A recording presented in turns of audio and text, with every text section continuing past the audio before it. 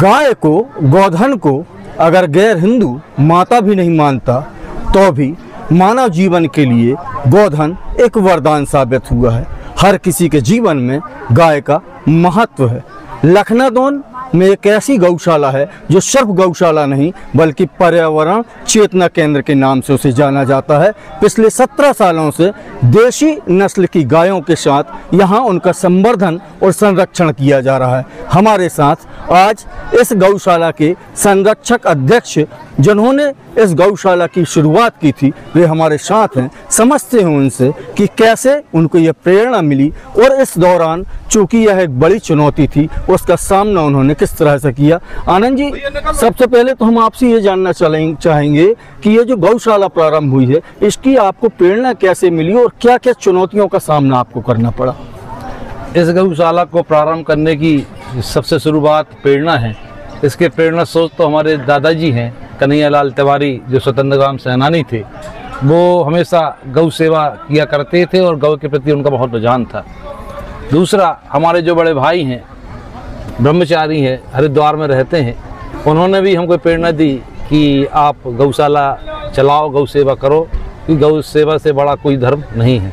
तीसरी प्रेरणा, इस गौशाला को संचालन करने में हमारे बीच में जो डॉक्टर सुनील दीक्षित जी हैं, इन्होंने हमको इसकी तकनीकी और इसके शेड बनाने में मदद करना, कैसे बनना चाहिए, कैसे गाय को रखना चाहिए, कैसे गाय सुरक्षित रहेगी, इस संबंध में बहुत सी जानकारी हमको डॉक्टर दीक्षित जी ने मिली।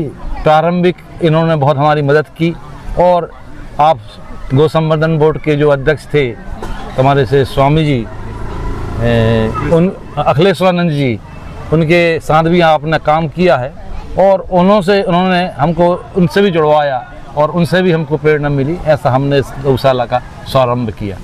स्वतंत्रता संग्राम सेनानी इस क्षेत्र के काफ़ी चर्चित और काफ़ी प्रचलित जो एक नाम है पंडित कन्हैया तिवारी, उनकी स्मृति में यह गौशाला संचालित हो रही है और आज उनकी पुण्यतिथि है। प्रति माघ पूर्णिमा के दिन यह कार्यक्रम आयोजित होता है जिसमें नगर के और क्षेत्र के बुद्धिजीवियों को आमंत्रित करके इस गौशाला के बारे में और जो सुझाव होते हैं उनको आमंत्रित किया जाता है। जैसी हमारी जानकारी है कि यहाँ पर देसी गायों के संरक्षण और संवर्धन के लिए उनको प्रोत्साहन दिया जाता है। आनंद जी, मैं आपसे ये जानना चाहूँगा कि ये गौशाला संचालित करना, किसी कार्यक्रम को संचालित करना सामान्य सी बात है। एक 17 साल का लंबा सफ़र हुआ है। इस गौशाला को संचालित करने में आपको क्या चुनौतियों का सामना करना पड़ा और पर्यावरण चेतना के नाम पर भी इस गौशाला का खासा योगदान है, तो इसके अलावा भी, गौ पालन के अलावा भी यहाँ और कौन सी गतिविधियाँ संचालित होती हैं, इस पर हम आपसे जानकारी चाहेंगे। जब हमने ये गौशाला प्रारंभ की थी, केवल 5 गायों से गौशाला प्रारंभ की थी। इस गौशाला को संचालन करने के लिए हमें, हमारे जो परिवार हैं, तिवारी परिवार में हमारे 5 फादर लोग, 5 भाई थे, उन सारे लोगों का, पूरे परिवारों का सहयोग, उनसे लोगों से पास, सबके पास 50-50 एकड़ ज़मीनें हैं, सबके पास से भूसा चारा हम लोगों को गौशाला के लिए मिलता है। और गांव के गरीब या जो भी मजदूर किसान गांव में बसते हैं, इन लोगों का भी भरपूर सहयोग हमें इसमें मिला है। और इसमें गौशाला चलाने में बहुत सी चुनौतियाँ आती हैं, बहुत सी परेशानियाँ आई हैं, क्योंकि गौशाला चलाना सबसे बहुत कठिन काम है। कठिन काम से मतलब मेरा ये है कि आपके घर में, आपके पास कितनी ज़रूरी काम हो, लेकिन यदि गाय को पानी की ज़रूरत है तो गाय तो बोल नहीं सकती कि मुझे पानी की ज़रूरत है, वो बंधी है गले से, तो उसको पानी की व्यवस्था, आपको सारे काम छोड़ के उसको पानी की व्यवस्था आपको करनी पड़ेगी, उसको चरबन की व्यवस्था करनी पड़ेगी। और धीरे धीरे लेकिन इस काम में हमको बहुत सहयोग मिला और चुनौतियों का सामना धीरे धीरे करते रहे। आज अब इस मुकाम पे हैं कि लगातार हम सब गांव के लोगों के सहयोग से इस गौशाला का जो वार्षिक उत्सव जो माघ पूर्णिमा को हम मनाते हैं, माघ पूर्णिमा का मनाने का भी विशेष दिन इसलिए है कि आज के दिन हमारे दादाजी कन्हैयालाल तिवारी जी स्वर्गलोक को गमन हुए थे। माघ पूर्णिमा के दिन इनकी स्मृति रूप में हमने गौशाला की स्थापना की थी और आज ही इसलिए हम माघ पूर्णिमा का दिन ये भंडारा और गौशाला का स्थापना दिवस मनाते हैं। 5 गायों से इस गौशाला की जब नींव पड़ी थी तब 5 गौवंश को यहाँ संरक्षित करने का प्रयास किया गया था। आज 17 साल बाद 112 गाय यहाँ पर जीवनाचरण कर रही हैं। और यहाँ पर जो गाय आती हैं, आपको एक बात और बता दूं कि सरकार के द्वारा भी गौ संरक्षण की दिशा में बहुत काम किए जा रहे हैं। सरकारी अनुदान पर बहुत सारी गौशालाएं संचालित भी हैं, पर यह जिले की इकलौती ही कह सकते हैं यह गौशाला है जहां पर स्वप्रेरणा से स्थानीय लोगों के सहयोग से, उनके सहयोग और समर्पण के साथ इस गौशाला को संचालित किया जाता है। गौ संरक्षण की दिशा में एक और नाम जो इस गौशाला की नींव का पत्थर साबित हुआ और शुरू से ही इन्होंने अपना योगदान दिया, अपना मार्गदर्शन दिया, पशु चिकित्सक भी रहे हैं और लगातार गौ संवर्धन और सेवा के लिए न केवल इस क्षेत्र में बल्कि संस्कारधानी जबलपुर में भी गौ संवर्धन के लिए एक लंबा काम करने वाली एक शख्सियत हमारे साथ हैं, डॉक्टर दीक्षित। उनसे समझते हैं कि इन